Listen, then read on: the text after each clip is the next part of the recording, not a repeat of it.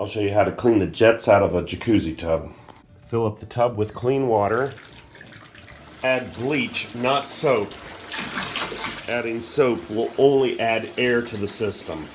You've got to add water all the way up to the top jet on the jets to circulate the bleach water.